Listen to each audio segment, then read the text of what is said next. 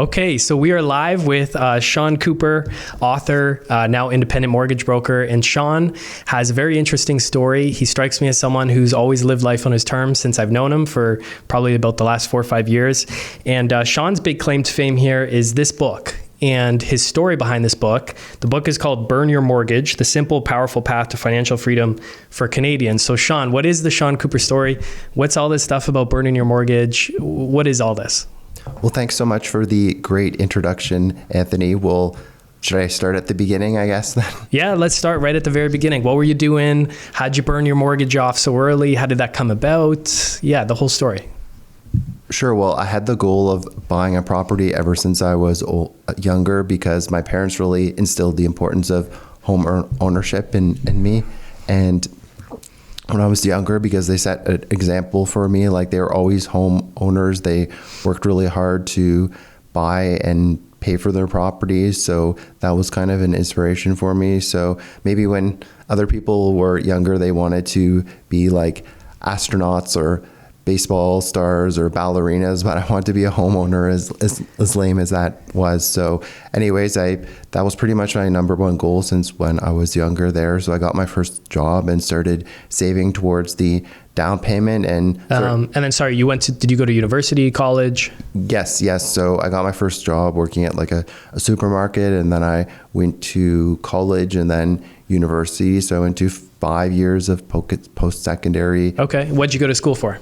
Yes, I went to school for business, like business administration, business management there. I wish I kind of would have focused more on finance, but I got a good taste of everything and decided that finance was my area of interest there. Yeah, clearly with all the mortgage stuff, right? That's kind of worked out for you. I'm one of the few people that enjoys numbers. Yeah. Okay. So then what was your first big job out of post-secondary? Yes, so I ended up working for a pension consulting firm, like pensions, for running pensions of companies, big companies out. You guys were running the Pepsi pension. Yes. Yeah, I remember that because when we met, I was still at Pepsi, and you were like running my pension. Yeah, I remember that now. Exactly. So yes, I did that ended up doing that for 10 years. But if we rewind a bit, I ended up working there about 2-3 years, and then I was able to buy my first property there. Okay, so relatively young. How old were you? Yes, I ended up buying my property when I was 27, which isn't really like helping mortgage clients. Sometimes I see them buying properties at 25 years old or 24 years old. But yes, I bought my house at 27. I wanted to buy at 24, but it was just so competitive in the market. Like I was literally ready to buy it at 24, but I kept losing out on bidding wars in the competitive real estate market. So I definitely can feel the frustration of some people. I know about that firsthand. I lost out on dozens of bidding wars, but I was persistent and just kept trying and ended up buying my property through like a preemptive offer or bully offer. And I worked with a realtor who really knew the neighborhood, and he even knew when properties were going to be listed before they had even hit the MLS. So having that advantage there helped me finally successfully buy a property myself there. So working with a realtor that was the right fit and like had the same communication style as me really helped me, because when I found that realtor, I was able to buy a house pretty much right away. Whereas with other realtors, they're nice people and all that, but it was just kind of 2 years of trying over and over again and failing. So yeah, it definitely helps to have the right realtor that like you have the same communication skills as well. Yeah, totally. Well, good for you for sticking it out. And this, part of the reason it was so competitive was that you bought in Toronto, right? Yes, I bought in Toronto, the second most expensive. Some people call the most expensive, but Vancouver and Toronto are definitely very neck expensive. And neck. Yes, neck and neck there. So yes, I bought in Toronto, and yeah, one of my strategies for buying was that I'm sure everybody would love to buy a property in top 10 neighborhoods, but I just couldn't afford that myself. So I ended up buying a property about 10-15 minutes outside my desired neighborhood. It's still a nice neighborhood and all that, but by just buying slightly further out, I was able to get that much more house as well. Like I only would have been able to afford like a 2-bedroom bungalow, and I was able to afford instead a 3-bedroom bungalow, which made it a lot easier for renting the property as well, because having that much bigger of an upstairs and that much bigger a basement just opens up the rental opportunities a lot better. So Yeah. definitely worked out. I wish I was a bit closer to the city there, but Sure, but you wouldn't have the opportunity for that rental income. exactly. So Yeah. it worked out pretty well, I would say. Okay, so then you bought it at 27. The mortgage was paid off at 30. Yes. So there's a 3-year stretch where a lot of stuff happened. So how were you able to do that? You were 27, 28, 29 and single. It was just you. Yes. So was that one of your strategies? You rented part of the house? Exactly. So I was just like everybody else. I was just going to buy the property and live upstairs on the main floor there. But then I ended up just watching, like I was into watching the HGTV shows like Property Virgins and Income Property. And yes, I saw Income Property and the host. I heard the story of the host, Scott McGillivray, and how he ended up like buying a property and living in the basement for like 7 or 8 years there. I was hoping I wouldn't end up living there that long. Yes, I'm just like, originally I was just going to live upstairs, but then I'm like, I don't need 3 bedrooms, 2 bathrooms. Oh, sure. As a young single guy, it's like, yeah, all you need is like a toilet, a sink. Yeah, exactly. So and then that kind of put the idea in my mind, like, why don't I just live in the basement instead? And that ended up working out pretty well, because I could earn about like almost double the rent by renting out the main floor, because it was so much nicer than the basement. It's still a nice basement, but yes, that strategy worked out pretty well for me. I mean, I do have some soundproof headphones because it can get a bit noisy upstairs there, but yes. You were making sacrifices to make it work, right? Okay, so you rented the upper unit to get more income, so that was helping. You were working your pension job. What else were you doing? How did you pay it off in 3 years? Because it's a short amount of time. So what were you doing? Were there tips and hacks to paying it off with prepayments that you learned along the way? Were you doing multiple jobs? How did you do it? Well, you'll just have to pick up my book no, I'm just kidding. But yes, I do share all of that in my book there. That's a bit of a shameless plug. But anyway, so yeah, what I did, obviously having extra rental income helps, but it's only maybe an extra $15,000, $20,000 a year. That's not going to pay off your mortgage in 3 years. How big was the mortgage when it started off? Yeah, so I purchased my property in Toronto for $425,000, which you could buy a house for back then. Like, my house is valued probably like about $1.1 million now, just because the home prices have gone up a lot. And it was like 10 years ago that I ended up buying my house, so it's been quite a while there. But yes, I bought it for $425,000 and ended up with a sizable down payment of $170,000, which basically I just applied the same things I was doing before when I was a homeowner. So like when I was in school, I didn't have any student debt or anything like that. I worked like 3-4 jobs. Like during the summer, I ended up working like full time for various companies. So you're able to save up some money for the down payment. Exactly. So in the summer, what I would do is basically earn enough money to pay for the entire year's worth of tuition, and then extra money that I would earn at like my part-time jobs, I would just put that towards like saving towards my eventual down payment. So I was actually able to graduate with money in the bank. So then when I ended up graduating, I had my full-time job and I just kept doing the side hustle jobs. Like I worked as a personal finance journalist and earned a ton of money from doing that there. I was able to basically double my income from doing that side hustle. Yeah. Okay. So that's what you were doing while you were still burning the mortgage too. You had that side hustle. Exactly. So that enabled me to basically over double my income, and that extra money, like I just basically made lump sum payments against the mortgage, and that went 100% towards principal. So that's how I was able to pay off like a 25 or 30 year mortgage in only a little over 3 years. Okay. Is there anything that people might not know about prepayments that you might be able to talk to a little bit? Like, you're able to pay off that much of the principal amount within 3 years. Does the bank have limits against how much you can pay off? Yes. The bank certainly has limits, but I would say if your goal is to pay off your mortgage sooner rather than later, definitely read the fine print of your mortgage, because not all mortgages are created equally. Like when I was looking for a mortgage the first time I just assumed that the prepayment privileges would be the same across the board, but that's not the case. Like some lenders, like only like not to dump on the banks or anything like that. No, but please. We always do that here. Okay. All right. Sounds good. Yeah. Well, I find that you're actually encouraged to on this podcast. Okay. Sounds good. I'll try not to don't ruin any of your relationships now as a mortgage broker, but the more dumping, the better. Okay. Sounds good.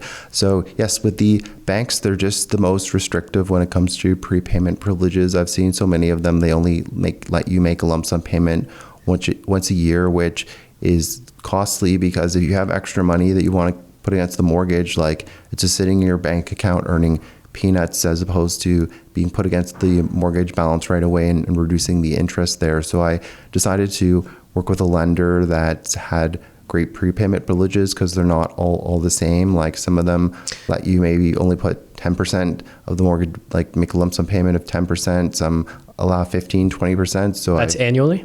Yes, exactly, annually. So I chose a lender that had really great prepayment privileges, 15% lump sum, 15% increase your payment, and the ability to double up your payments. So I did all those together and basically exhausted them. And that's how I was able to pay off like a 25 or 30 year mortgage in only like a little over 3 years by implementing that strategy. So they didn't have the prepayment limits, and then you were also able to double your payments?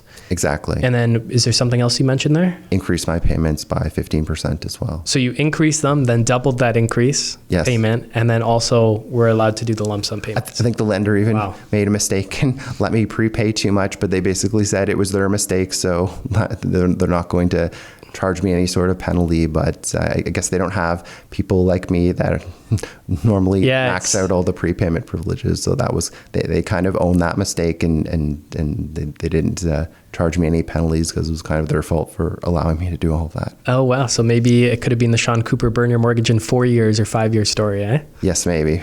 Yeah. Okay. So then you obviously went into this with the goal of paying off your mortgage. Why was that? You just wanted to own your home free, clear? Was it the financial freedom? Were you part of like the financially independent, retire early movement? What was your motivation?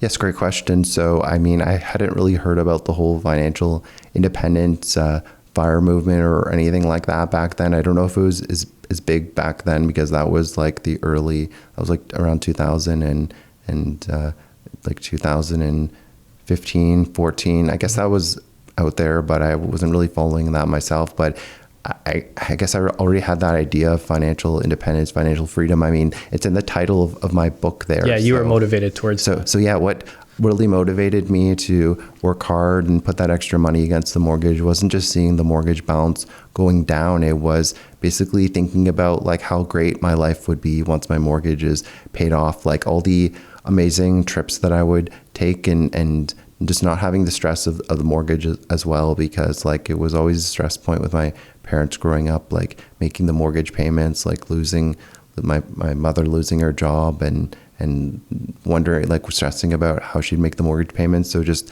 being like a single homeowner, I just didn't want to have to worry about that myself there. So I just wanted that stress gone. But yeah, just picturing all the great places that I traveled to and if it wasn't for the pandemic, I would have went to a lot more places, but I've almost been to 20 countries so far. And, oh, wow. And yeah, it's just great to be able to travel and not have like the stress about like worrying about making the mortgage payments, because yeah, once you have that freed up, like what's really powerful is you free up all that cash flow and then you can put it towards whatever you want, like investing, travel, that's really or buying another property after that. So that's really the powerful thing about paying off your mortgage sooner, that it really opens up so many like new opportunities for you. So that's just being able to live my life on my own terms and not have to like kind of dedicate my life to the man and be a slave to the mortgage. That's what really motivated me, and to be able to like live my life on my own terms and not have to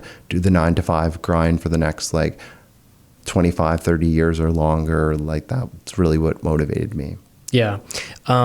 You were featured in the news. You were on a bunch of news outlets for doing this. You had like a mortgage burning party, like CBC covered it, CTV. How are you, and this is something that I've noticed from the outside looking in on what you've been up to in the past few years, you've seemed to have always been able to garner this media presence.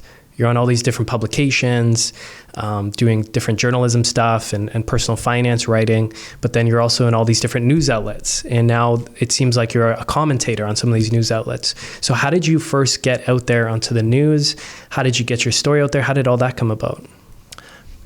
Again, great question. I mean, I didn't start out like appearing on the news all at the beginning there. I had to like work towards that. So I just basically like, Rome wasn't built in a day. You kind of have to lay the foundation for success. So I just started like started my own writing, like started my own blog, and then just like found writing opportunities. And so were you just reaching out to different publications, personal finance things? Exactly. Even the newspapers, and I didn't have much of a name for myself, so it was kind of hard to get published at the beginning. But yeah, like once you get a byline and you've written plenty of articles, that's when, like when you build a name for yourself, that's when the media like starts reaching out to you. So like it became it got to a point where instead of me reaching out to the media, like they mostly would be reaching out to me instead. And that's how I ended up like on the 6 o'clock news several times. And yeah, through those relationships, that's how I ended up getting my mortgage burning story on TV, because the funny thing is that's not originally what the CBC reporter was interviewing me for. She was interviewing me for a Super Saver story, and she was interviewing, like doing a profile on 5 or 6 people who were good at saving money. And then I just happened to mention my goal of paying off my mortgage as quickly as possible. And then she was interested and ended up asking me a bunch of questions about that. And she said, one thing led to another. Yeah. She said, I can't make you promises, but we're looking to maybe turn one or two of these stories into a video segment for CBC's National. And she said, I'll maybe get back to you in 2 or 3 days. And lo and behold, she ended up getting back to me, and the rest was history. And then I ended up I was just going to have a small party with my maybe family, but then I'm like, well, if CBC's coming, I need to have like some sort of big extravagant event. So that's how I ended up having my mortgage burning party there. And then that just opened up all sorts of different opportunities, like publishing a book, and then that transitioned to my... yeah, let's talk about that. So how did the book come about? That opportunity came about because of the CBC thing? Exactly. Like I like to call it the CBC effect. Like once you're on CBC, it opens up a lot more opportunities for you, because yeah, like once I was on CBC, all the different media outlets, because it's so widely broadcast, they all reached out to me. Like all the other big networks like CTV and Global, they all reached in. Yeah, once somebody gets like whiff of a news story, everyone just pounces on it, right? Exactly. So they can share the same thing. Yeah, once I was on CBC, like I got so many different media requests from these other stations there, and my plan was to basically enjoy my life and rest, because I'd been working so hard. But then, like I mentioned that I was interested in writing a book, and then the nice reporter at CBC, Sophia Harris, she's like, if you write a book, like we want to be the first ones to cover it. So I thought, well, I'm not going to have an opportunity like this. Like it's kind of once in a lifetime where a big network wants to like promote my book for free, basically. So I was just like, I would be foolish not to write a book. You got to make hay while the sun shines, right? Exactly. So then after working hard for like three years, then I sat down and worked hard for almost another 2 years. For the next decade. Exactly. And then wrote the book. I mean, I like to joke that like writing a book was a great experience, but it's probably like... No, it sounds terrible. It's almost like being the president of the US. It probably like ages you twice as fast. So it sounds terrible. If I'm losing my hair more quickly, it's probably because of the book that I wrote, but I'm just kidding. So how did you find the time to do it? Were you still working at the pension place and still doing your side hustle, personal finance stuff? And then also writing the book. So how did you structure your day? Were you doing the book stuff like an hour every morning type of thing? Exactly. So I'd wake up early and work in the morning, I'd wake up like 5, 6 a.m. and start working on that. And then I'd go in and do the 9 to 5 grind, and then maybe work a bit in the evening there. So yeah, I held on to my full-time job until the book came out, but then it just became too much. And really a wake up moment for me was that like I set myself the goal of traveling a lot, but then it had been like a couple years after I paid off my mortgage, and I didn't really I went to San Francisco and like another couple places, but I really didn't like hadn't even been to Europe or anything like that. So I'm just like, and I only had pretty limited vacation. Like I could maybe only had like 3 weeks off if I was lucky, and maybe I could take like a week at most, but that's not enough time to really go on like a trip to Europe or anything like that. So I just came to a point where I just wanted, like, the whole point of paying off my mortgage early was so that I could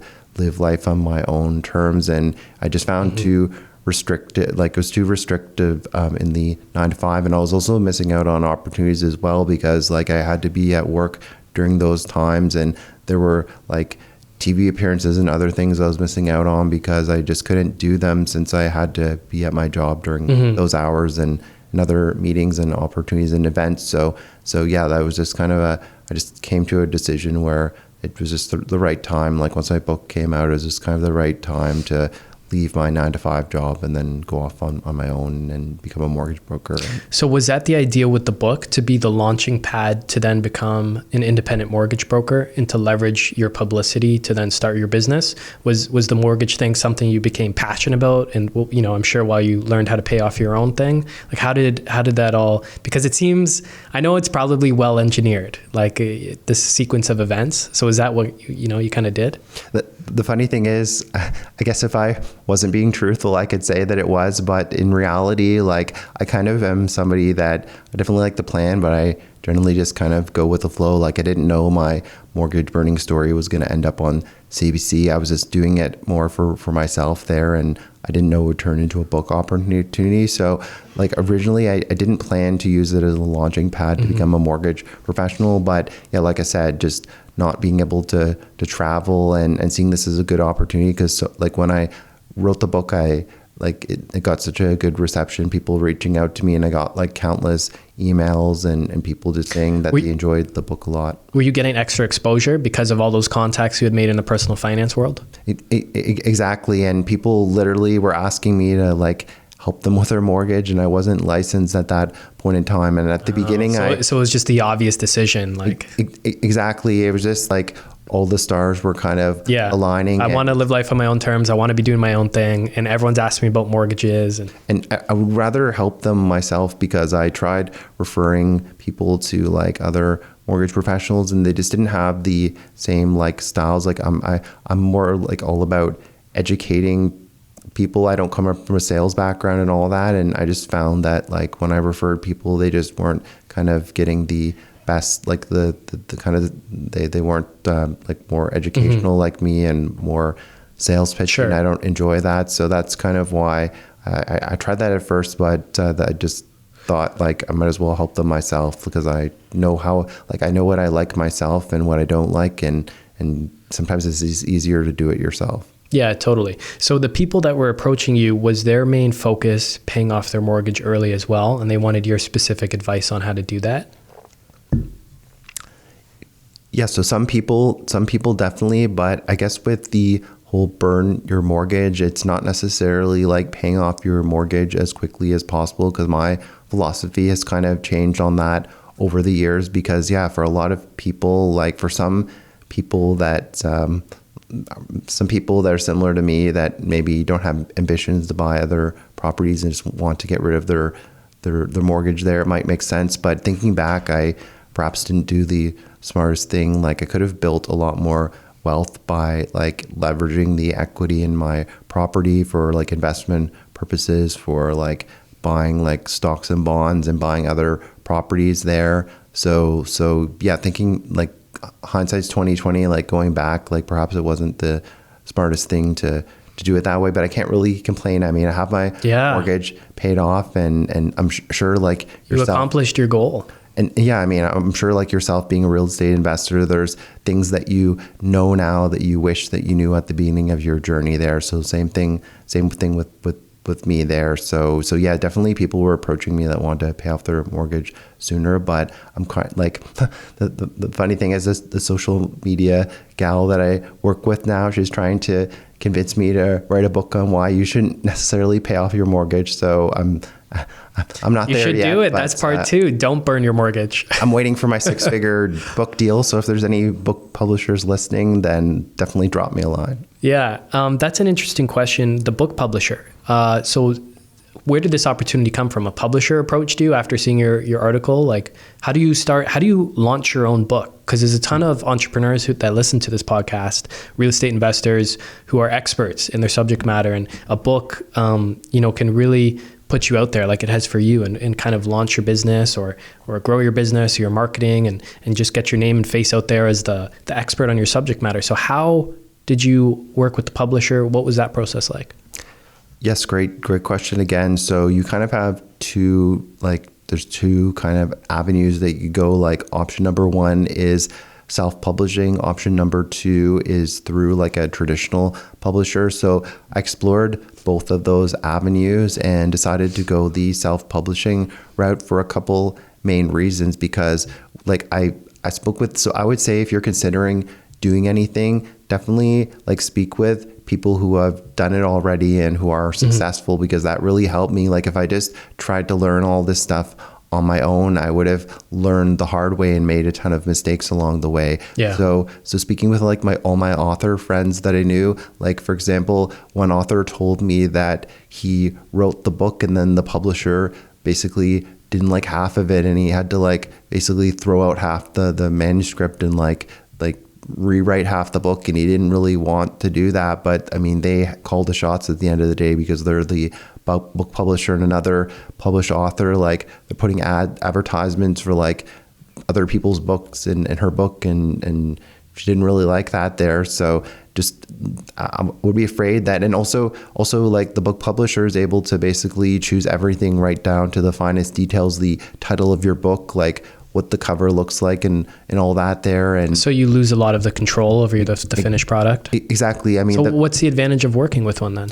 I mean, the advantage is that they have like a whole team supporting you, and you don't necessarily need to, I would say if you're starting out at the beginning of writing a book, I mean, you're not really at the point of them giving you some huge advance or anything like that. But I mean, if you're a successful like author, then they can offer, you can make some decent money from writing a book, but most people aren't in that position there. So yeah, like I guess you kind of have to know like what the main goal of writing the book is. Like for me, it was just providing great information and using it at, like, originally this wasn't the goal, but it's just kind of like the next step up from like a business card, that I would say. So I decided to go the self-publishing route just to have greater control and be able to put out like my vision. And that's definitely the vision of the book that I would have written. And yeah, I did have to pay for these costs up front, but I definitely think it was worth it, because if I had went through a traditional publisher, it probably wouldn't look anything like this or have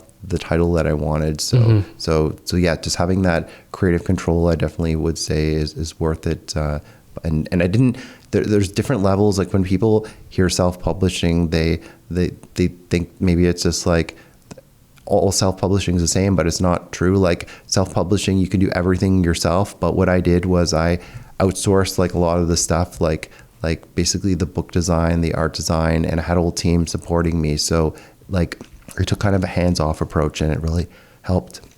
So the self-publishing route, you were just saying that you went down that route because... Yes, just because of the creative control, like being able to write the books be able to, like, everything I do is about being able to do things on my own terms, and I wanted the book experience to be that as well. I didn't want to be basically writing a book and then having the publisher change like 50% or more of it. So yeah, it was definitely worth it doing it that way. Okay. And now how do you transition from the book to then marketing the book and becoming a mortgage broker, connecting the two, using it as a marketing platform for your mortgage broker business?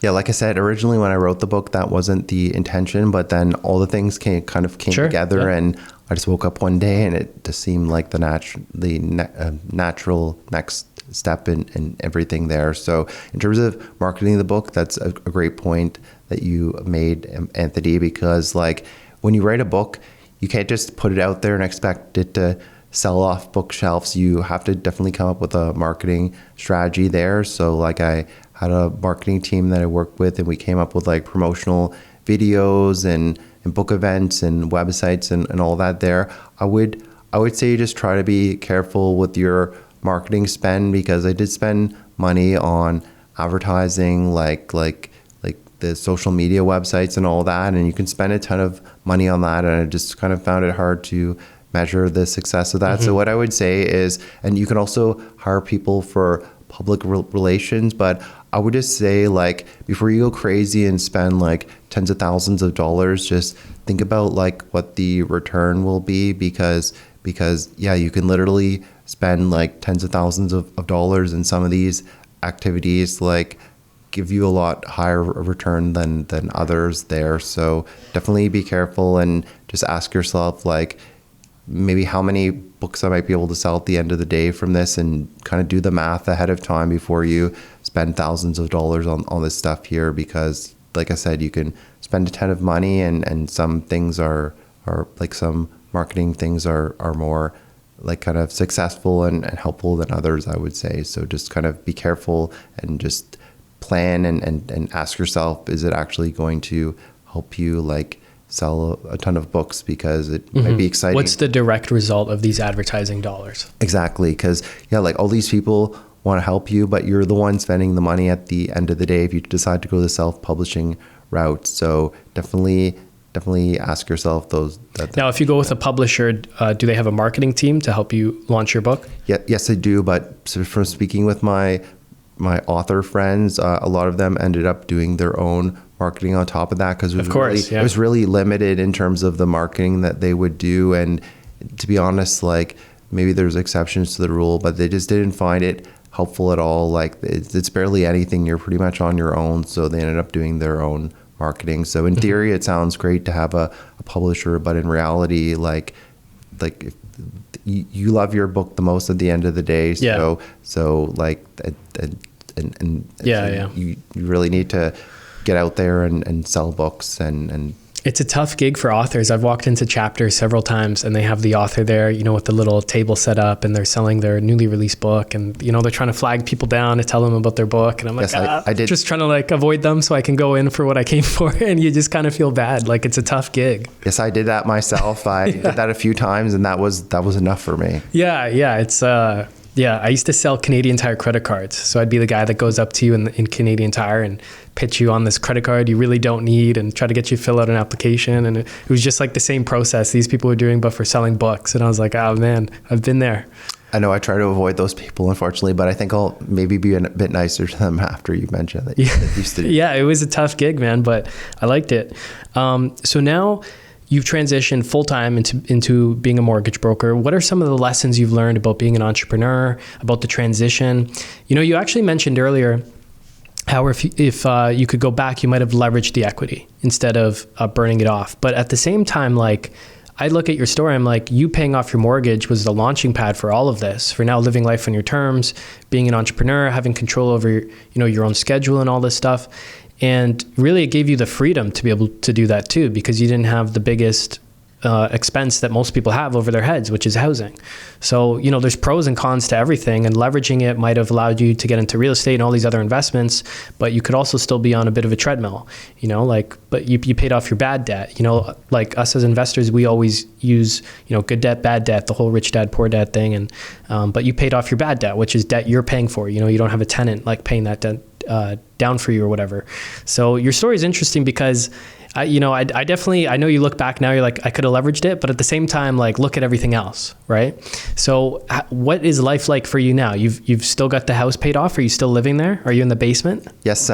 Sadly, I'm still in the basement. I celebrated my 10 years of owning the property, and like, hopefully in the next year or two, I will move out of the basement, but I guess I kind of have it set up the way that I like it. But yes, the plan is to eventually move out of the basement there. But yes, definitely, like, I like to take lessons from all parts of my life. So the great thing about pension consulting is, like, I just didn't want to work 9 to 5 anymore, but because we had like billable time and we had to track basically every minute of our day, that really taught me to be like focused and as an entrepreneur, because like, if you're not disciplined, you could literally just watch funny cat videos on YouTube and do no work all day. So it really taught me to be like focused and disciplined and to work hard, and that's really like that's really something that you need, like, when you're going to be running your own business, because you don't have a boss kind of like, you don't have like goals and other stuff like that unless you set them for yourself, because you're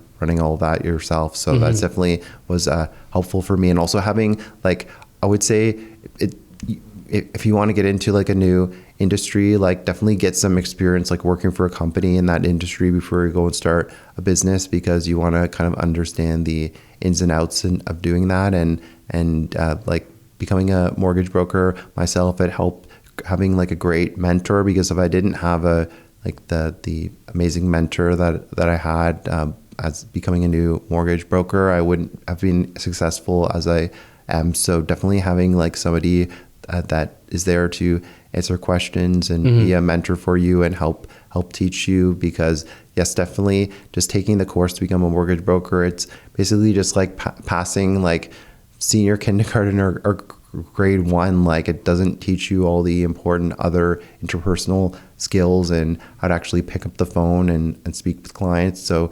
definitely having a great mentor that you can like job. Did you join a team then when you first started? Yes, and the funny thing is, like, everything in my life kind of almost always comes full circle, kind of, even like us, like me having you on as a guest on my podcast, and then you inviting me as a guest on your podcast here. But yes, like the funny thing is, the mortgage brokerage I ended up working for, I had actually been hired to do some writing work for them. So that's how I knew them. And they were just like a natural like first group to reach out to. And I definitely spoke with a few mortgage brokerages, and they just seemed like the best fit there. Like the overhead costs, I could kind of keep it reasonable. And because some of these mortgage brokerages, like they wanted, like I'd pretty much be in the whole, like with all the fees and everything, I'd be losing like $2,000 a month, and then it's still up to me to make the phone ring. So I just didn't want, being a new like business owner, I would just say, like, be careful with your fixed expenses at the beginning, because some of this stuff can get out of hand. Like at the end so you're saying you would be negative $2,000 a month. That's based on the fees to be a mortgage broker? And that would have, like, some of these, like, to be registered with the brokerage?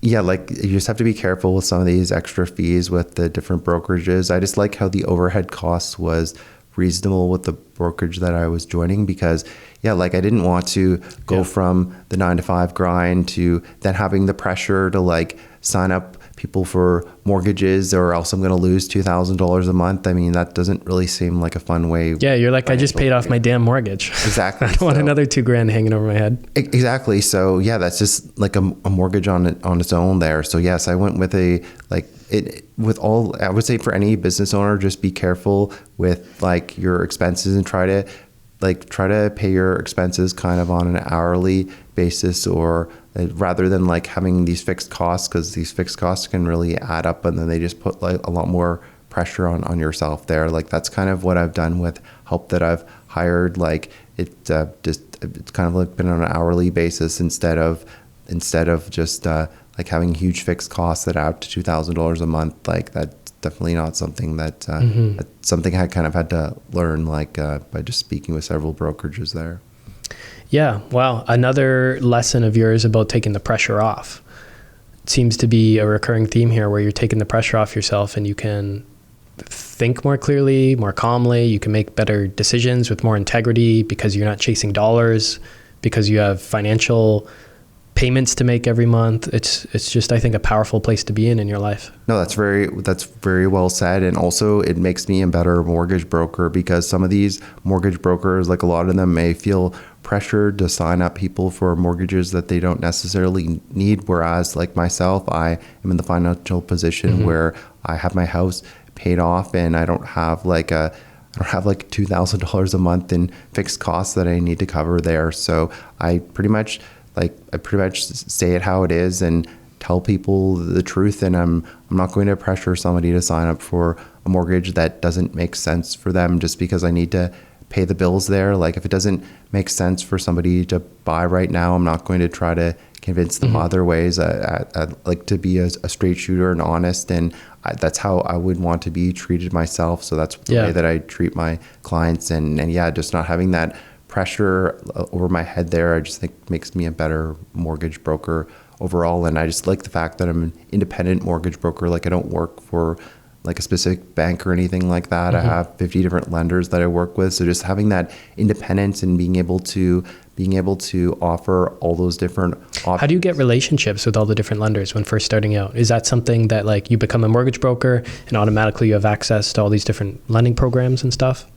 Yes, great question. So, like, depends on the mortgage brokerage that you work with. Generally speaking, like all mortgage brokers have access to like the same lenders there, but maybe some mortgage brokerages have access to like exclusive relationships with different lenders there. So, yes, definitely working for one of the bigger mortgage brokerages means that I have access to lenders that like some smaller teams may not have access to. So I don't need to. Luckily, all of the relationships are already built and I'm able to submit directly to the lenders there. But yeah, that's the benefit of working with like a bigger like national brokerage. The fact that I have access to like even more like lenders than like a smaller brokerage would have. Of course, I need to manage these relationships well and be professional with my clients and the brokerages there. But definitely having more lenders just means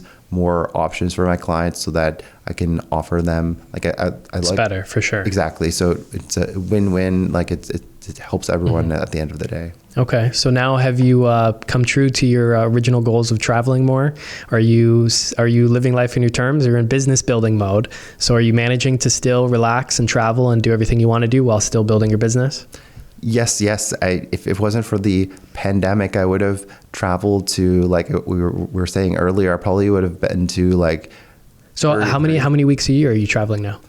Yes, so I guess it really depends because I've only gone back to traveling recently just because of the whole pandemic situation. But before the pandemic, I was traveling probably like taking a trip to Europe or the US like every maybe like 3 months or so, maybe 2-3 months. So I'm planning to get back to that, and I've taken some trips. I went back to Europe for the first time in like over 3 years there, which was nice. So I visited Denmark and Germany and Sweden and Norway. So that was definitely one of the best trips there. And I also purchased this really cool wooden map where you can like put pins in all the places that you've been. So it just helps motivate me and visualize it and all that. And it's a good conversation starter. So yeah, just being able to start traveling again. And I just can't wait to visit different parts of the world. Like I've only been to Europe and North America. I haven't been to like Southeast Asia or Asia or anything like that there. So just visiting some of the other parts of the world, I'm excited to be doing that. Cause like I kind of took things for granted before the pandemic. I just thought, I could just hop on a plane anytime, but just having that happen where we can't really travel at all really kind of helped me prioritize and push up certain life goals. So get it in while you can. Exactly. Like with these bucket list trips, like good for you, man. Cause you never know what life's going to throw at you. So exactly. Like my uncle is constantly an inspiration for me. Like he waited until he was like in his 60s to travel, and he went on this nice trip to Europe, and then like he got back and then he found out he had cancer and like passed away like less than a month later after that amazing trip. So just having things like that. And also like my father has Parkinson's disease and he was going to take all these trips, but he's too sick to travel. He can barely do anything anymore. So I definitely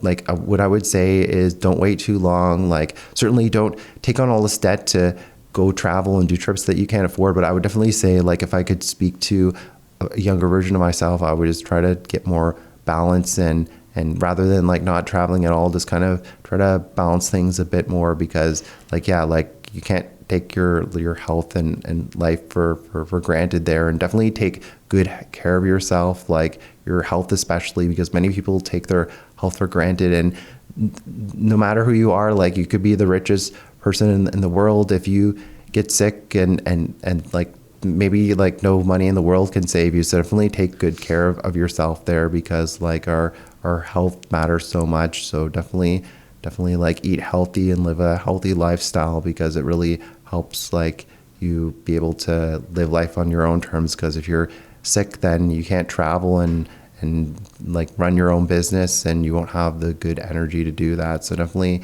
like healthy mind and healthy body, like definitely take good care of yourself. It's so important to do that. Mm-hmm. Yeah, great motivation, man. I'm ending this podcast. I'm booking a flight and going for a run, man. That's great motivation.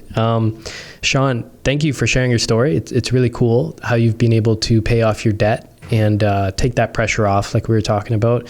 And you're clearly living life on your terms at still a young age. How old are you now? Do I really need to say if you're not comfortable, you're a young guy, so I thought I would share it. But we don't have to say it. You're still a young guy. And it's very cool what you've been able to do. I'm 37 if you want to know. 37. There we go. So very cool stuff, man. Where can people learn more about you? Maybe check out some of your blogs and stuff. Where can people go? And do we want to? Yeah, so we'll do a book giveaway. So Sean's brought in 10 of his books, Burn Your Mortgage, The Simple, Powerful Path to Financial Freedom for Canadians. So we've got 10 books at the office. So if you email members@rockstarbrokerage.com, the first 10 people can come by the Rockstar office here in Oakville and pick up a copy of the book. So thank you for that, Sean. And my pleasure. Yeah, so where can people go to find out more? Yeah, so you can find copies of my book online, like on Amazon, as well as the Chapters Indigo website. And also, I'm restarting my own podcast, so it was just a bit hectic over the last while. So I'm going to be restarting my podcast. It's called the Burn Your Mortgage podcast. So that should be coming out in the next 2 to 3 months. I just kind of what I've learned as an entrepreneur is just outsource as many things as possible, because I was just trying to do all those things myself. So I have an editing team that's going to be helping me with that there. I can't promise it's going to be as professional as this here, but you definitely set the bar high. But yes, people could check out my podcast as well, and I have a newsletter as well. So just visit burnyourmortgage.ca, and you can find all of that great stuff there, and also an independent mortgage broker. So that's how you can get in contact with me. But I have a lot of great free content that you can check out there. Awesome. Thank you, Sean. Thank you for doing this interview. Okay, my pleasure. Thanks for having me. Appreciate it. Hey, thanks for tuning in. You can find every new episode of the Your Life, Your Term show on all the major streaming platforms. So Spotify, iTunes, Google Play. And if you'd like to get free copies of some of the books that we've put together, like these right here, or some of the reports that we've put together, like these right here, you can find all of those at www.rockstarinnercircle.com. That's www.rockstarinnercircle.com. That's it for now. Until next time, your life, your terms.